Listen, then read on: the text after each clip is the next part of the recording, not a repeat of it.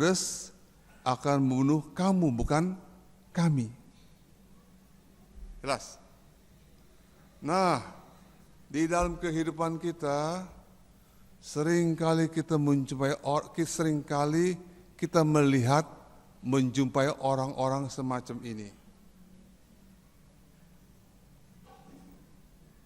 Mukanya tersenyum, hatinya penuh pisau, gitu. Peribahasa Tionghoa mengatakan, dalam tertawa ada pisau yang disediakan. Artinya, saudara, ada orang yang membiasakan diri sebelum mencelakai orang lain bertopeng apa? Bertopeng yang indah. Supaya apa, saudara? Nggak kelihatan apa ya? Nggak kelihatan apa, saudara? Nggak kelihatan apa? Nggak kelihatan biang keladinya gitu. Nah, tadi pagi saya katakan mendatangkan kecelakaan pada orang lain. Artinya sudah. Apa? Menikahkan kecelakaan pada orang lain. Mendatangkan kecelakaan melalui orang lain supaya apa? Supaya enggak dicurigai siapa pelakunya. Nah, seringkali sudah jumpai orang begini. Nah, ketika orang Farisi begini, apa yang Tuhan katakan? Coba, apa yang dikatakan? Ayat 32.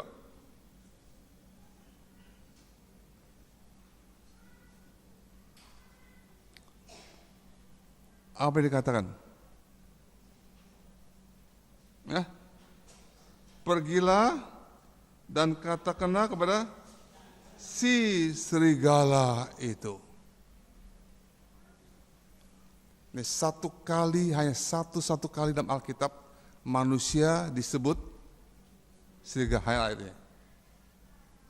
Nah, tadi pagi saya belum bicara siapa itu serigala. Satu kali dari mulut Yesus mengatakan manusia ini serigala. Nah, apa itu serigala? Siapa itu serigala?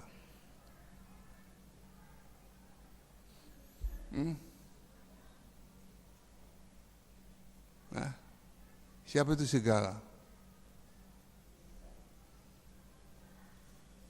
Herodes atau orang Farisi?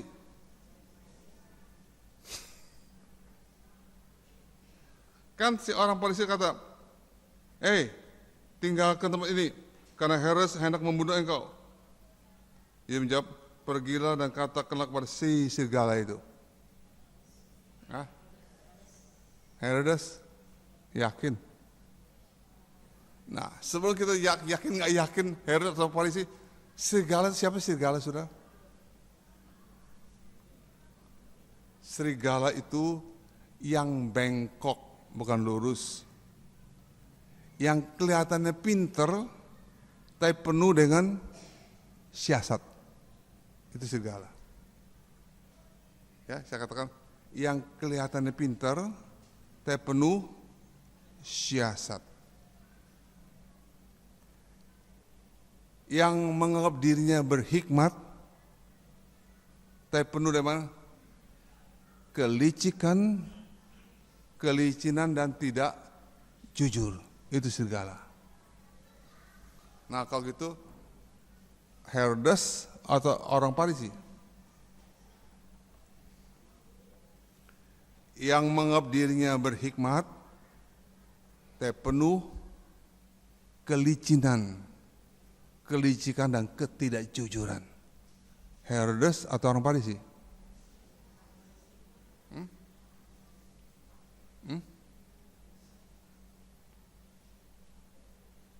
Saya tarik ke bawah ya. Memang sulit, betul susah bagi Yesus menghadapi kelompok pembunuh dengan berencana. Ya, menghadapi satu kelompok pembunuh dengan suatu rencana. Dan Yesus tahu dia tidak bisa luput dari bahaya ini.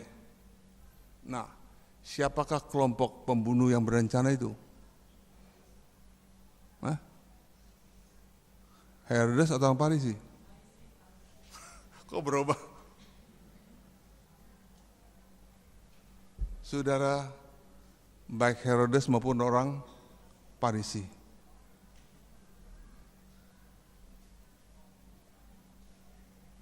Tetapi dalam menghadapi kondisi begitu sulit,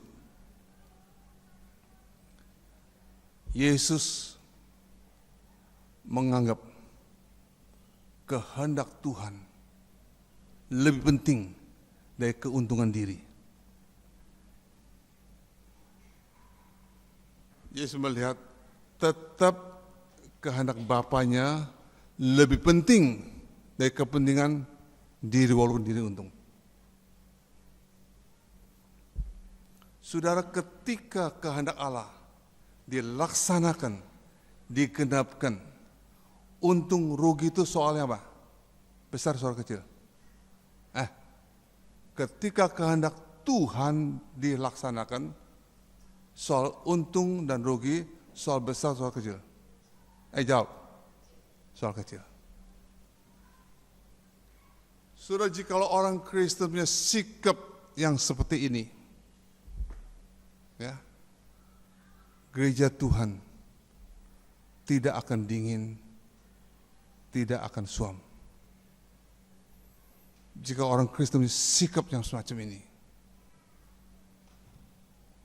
kita tidak perlu ribut. Kita tidak perlu cari kambing hitam, tidak perlu. Karena kita tidak melihat kepentingan Tuhan lebih daripada apa? Keuntungan diri. Sampai di manakah kita punya konsep motivasi seperti Tuhan Yesus? Satu hal yang sulit, tapi ini kenyataan. Begitu sulit sekali, saya katakan, kehendak Bapakku lebih penting dari keuntungan diriku sendiri. Maka dia berani berjalan menuju apa? Ke Yerusalem. Jelas. Maka kalimat berikutnya, apa dikatakan? Aku mengusir setan dan menyembuhkan orang. Pada hari ini, besok, dan pada hari ketiga aku akan selesai. Apa artinya? Mati, aku akan mati. Oh, kalimatnya. Tetapi hari ini dan besok dan lusa aku apa? Harus meneruskan perjalananku. Setidaklah semestinya seorang nabi dibunuh kalau tidak apa artinya sini? Hari ini aku apa? Harus meneruskan perjalananku sampai selesai, sebab tidaklah semestinya seorang nabi dibunuh kalau tidak di Yerusalem. Arti seorang nabi harus dibunuh di mana, saudara? Kalau gitu seorang nabi harus dibunuh di mana? Di mana? Di Yerusalem. Ini satu kalimat paradok. Arti begini kalimatnya. Kalau seorang beragama, dia mengerti arti agama. Ya, kalau seorang beragama mengerti arti agama sesungguhnya, atau saya bilang ya, kalau seorang yang beragama tidak mengerti apa arti agama sesungguhnya, orang itu lebih jahat daripada orang yang tidak beragama. Jelas? Jelas. Kalau seorang beragama, dia tidak mengerti apakah arti agama yang sebenarnya, maka orang yang beragama itu lebih jahat daripada orang yang tidak beragama. Jelas. Kalau seorang Kristen, dia tidak mengerti apa arti kekristenan, orang Kristen itu lebih jahat daripada orang yang bukan Kristen.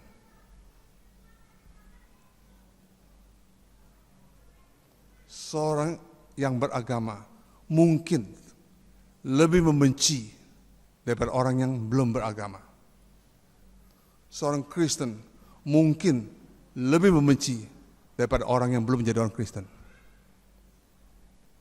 Arti positif, seorang yang beragama, yang tahu arti agamanya, maka ia tahu betapa jeleknya hidupnya. Seorang Kristen, ketika dia mengerti apa arti orang Kristen, dia melihat betapa buruknya diri saya di mata Tuhan.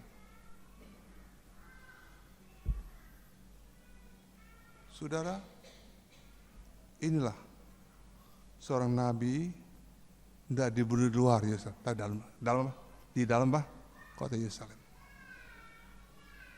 Saudara-saudara, apa sudah tahu apa arti orang Kristen? Sudah tahu apa arti kekristenan? Tadi pagi saya katakan, kalau kita belum ke Yerusalem,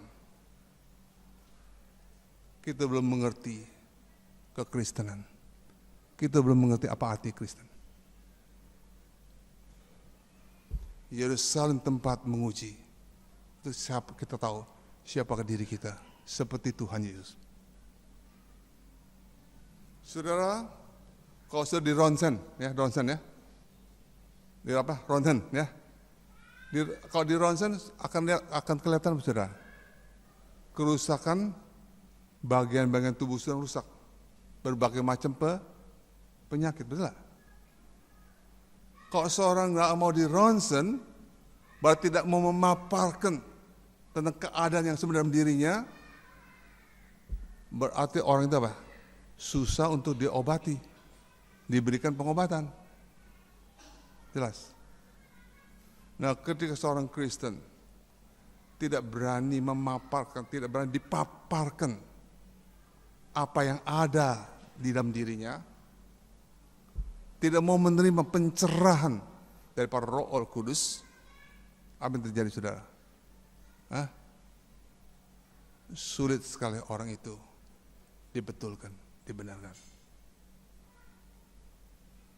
So, Yesus berani ke Yerusalem. Lalu dia keluarkan kata apa saudara? Itu kalimat berikutnya. Ayat 34. Yerusalem, Yerusalem, engkau yang membunuh nabi-nabi, melemparkan batu orang-orang yang diutus kepadamu.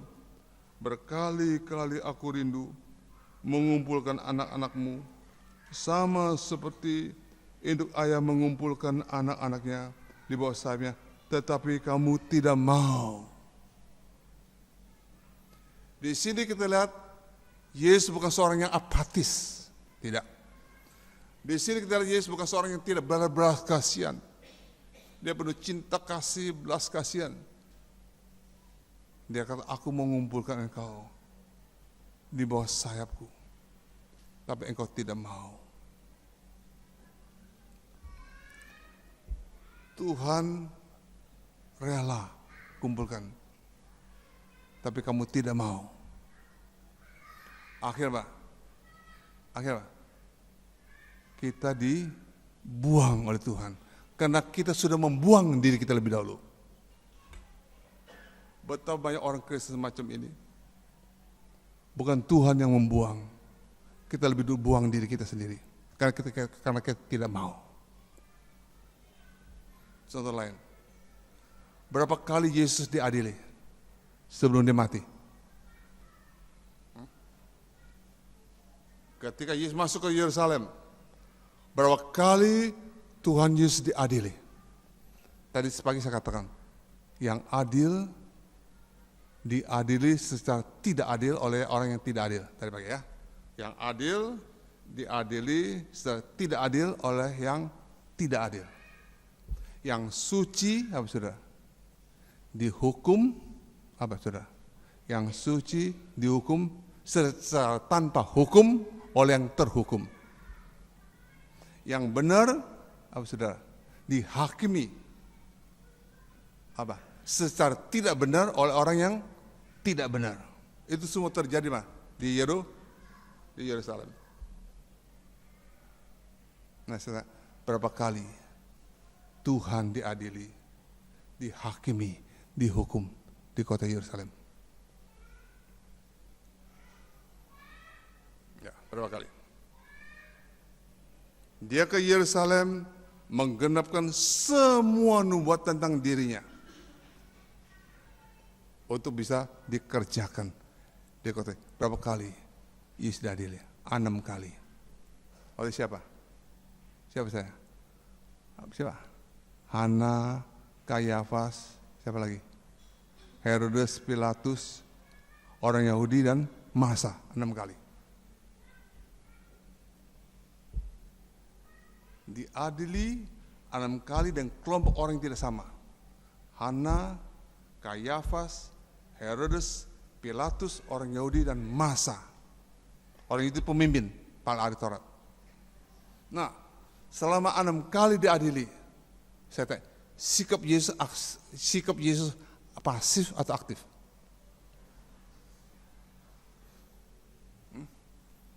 Ketika dia diadili, sikapnya aktif atau pasif? Itu Yesaya 53 kita bacakan tadi. Tadi kita bacakan Yesaya 53. Pasif. Fenomena pasif. Tindak kedaulatan Allah yang aktif. Fenomena pasif. Tindakan kedaulatan Allah yang aktif. Ketika Yesus diadili, saya tanya, apakah benar-benar Yesus diadili? Pilatus mengadili Yesus. Herodes mengadili Yesus. Hana mengadili Yesus. Kayafas mengadili Yesus. Para pemimpin ahli Taurat mengadili Yesus. Masa mengadili Yesus. Saya tanya, Yesus yang diadili atau Yesus yang mengadili? Yesus mengadili atau Yesus yang diadili? Saya, Yesus yang diadili atau Yesus yang mengadili?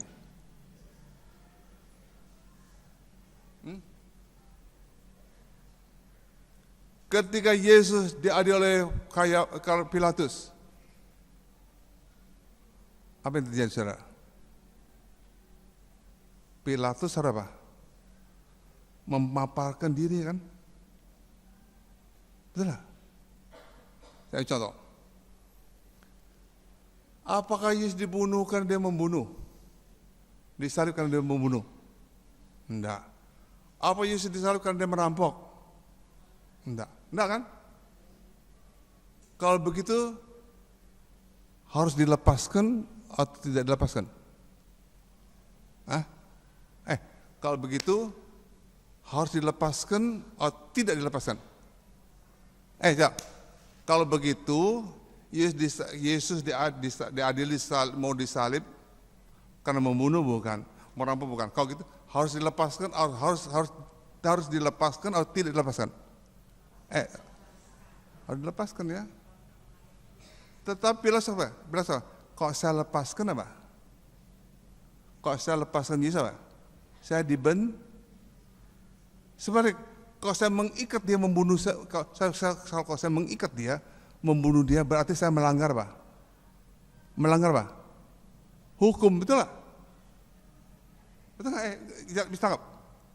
Kalau saya lepaskan Yesus, saya akan dibenci oleh orang banyak, kan? Saya ikat, saya bunuh dia, saya melanggar hukum. Jadi masalah si Pilatus apa? Soal apa? Soal untung rugi, bukan soal apa? Soal keadilan. Betul nggak? Soal untung rugi, kan? Bukan masalah keadilan. Jadi saya tanya, yang memaparkan diri Pilatus atau Yesus? Hah? Hah? Yang memaparkan diri Pilatus atau apa? Yesus. Dia membuka sel kebusukan, kejahatan Pilatus. Bisa lihat? Fenomena pasif. Tindakan kedaulatan Allah begitu aktif. Bukan Yesus yang adil, Yesus mengadili orang-orang itu.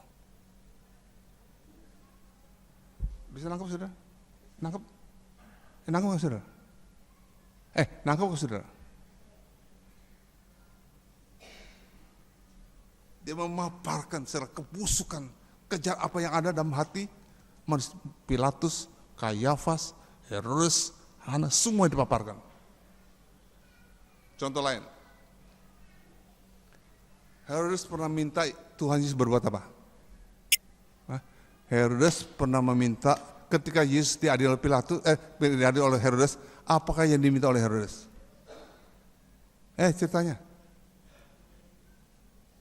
Ketika Yesus diadili oleh Herodes, apakah yang diminta oleh Herodes? Tanya apa saudara? Lakukan mujizat, betul nggak? Tunjukkan mujizatmu. Yohanes Pembaptis pernah menegur Herodes dengan keras. Kenapa? Herodes merebut istri adiknya. Ditegur oleh Herodes sama si Yohanes. Yohanes Pembaptis tidak apa? Di penjara, akhirnya apa? Dipotong leher, betul nggak? Nah, tetapi Yohanes Pembaptis belum pernah berbuat mujizat kan? Yohanes Pembaptis tidak pernah buat mujizat. Nah, sekarang Tuhan, kamu buatlah mujizat. Mungkin dengan kamu bermujizat, engkau akan dilepaskan. Nah, saudara, apa sikap Yesus? Dia berbuat mujizat? Enggak, dia apa? Harus minta Tuhan melakukan mujizat. Apakah respon Yesus? Dia diam. Dia diam. Seperti nubuat Yesaya 53. Mengapa Tuhan diam? Nah, tidak ada perkataan yang layak didengar oleh Herodes. Apakah Yesus tidak punya kalimat-kalimat yang mesti disampaikan Herodes? Ada. Tapi tidak satu kata pun dari mulut Yesus yang layak diterima didengar oleh Herodes. Siapa yang mengadili? Siapa yang mengadili? Yesus diadili atau Yesus yang mengadili? Herodes mengadili Yesus atau Yesus mengadili? Yesus mengadili Herodes atau Herodes mengadili Yesus? Sana. Yesus mengadili Herodes mengadili Yesus atau Yesus mengadili Herodes? Saya tanya. Siapa? Apa Herodes ini? Tuhan Yesus mengadili Herodes atau Herodes mengadili Yesus? Yang mana? Yesus mengadili Herodes. Dipaparkan semua kebusukan, keburukan dalam hati Herodes. Ngerti saudara?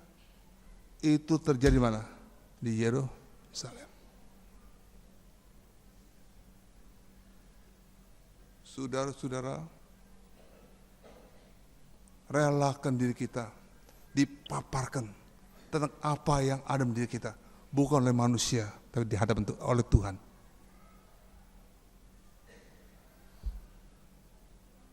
Kalau Tuhan yang memaparkan keberadaan diri kita yang di dalam, puji Tuhan. Tetapi kalau kita tidak rela, celakalah kita. Sejauh mana kita merelakan Tuhan mengadili diri kita. Seringkali kita mau mengadili Tuhan, tapi kita lupa Dia yang mengadili diri kita. Sejauh mana kita rela diadili. Coba kita koreksi diri kita di hadapan Tuhan. Saudara-saudara, Dia datang pergi ke Yerusalem. Dia tidak takut. Tapi murid-muridnya takut, betul nggak?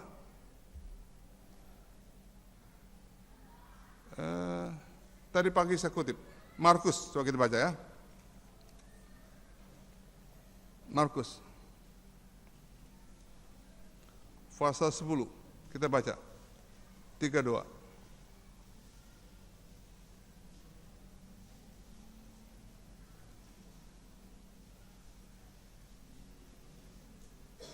Markus 10:32.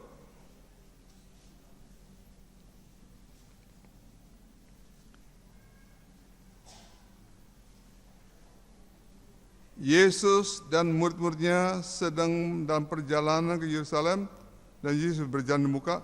Murid-murid merasa cemas dan juga orang yang mengikut dia dari belakang merasa takut. Tuhan tidak ada rasa takut ke Yerusalem. Murid-murid merasa cemas dan takut. Dulu mereka mengikut Yesus dengan pikiran mendapat apa saudara? Mendapat untung. Tapi sekarang buntung. Dulu Tuhan bisa memberikan makan 5.000 orang lebih dengan 2 ketur roti. Sekarang tidak berdaya di tangan orang apa? Para imam dan ahli Taurat. Begitu susah. Bahkan seperti dia sengaja untuk apa? Dibunuh di kota Yerusalem. Tidak ada keberdayaan. Saudara-saudara, apakah begitu? Tidak. Semua yang terjadi dalam diri Yesus bukan soal kebetulan tidak. Semuanya sudah dibuatkan dan satu persatu digenapkan. The Christ of the cross. Ada the Christ of apa sudah? Of the crown. The Christ of the Kristus yang disalib, Kristus yang bermahkota, Kristus yang menderita, Kristus yang dipermuliakan. Si tadi paduan itu menyanyikan, tidak ada mahkota tanpa apa sudah? Tanpa salib.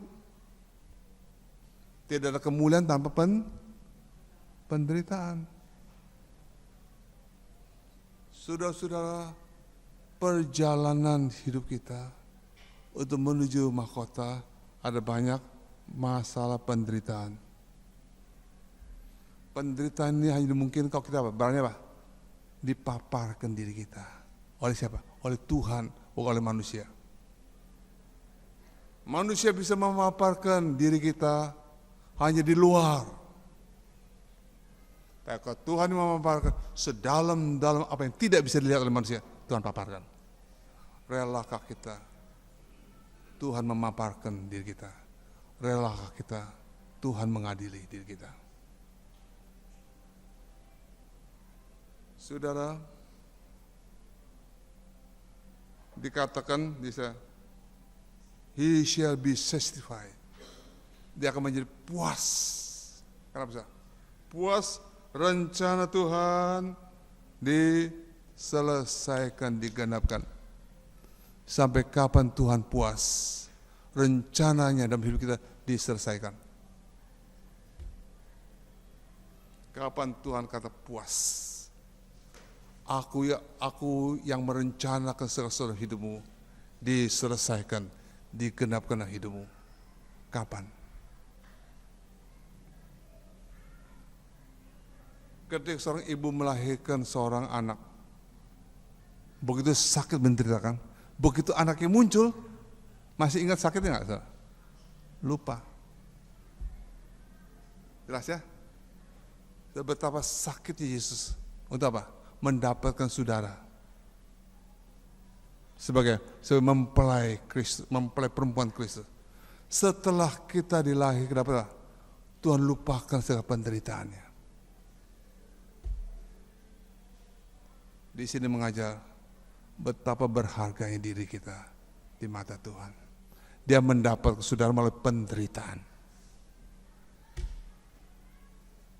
Saudara-saudara, itulah yang terjadi tentang Kristus, kematiannya yang digenapkan di Yerusalem. Biar Tuhan bantu kita melihat diri kita yang sebenarnya di dalam menjelang Jumat Agung dan Paskah. Kita berdoa.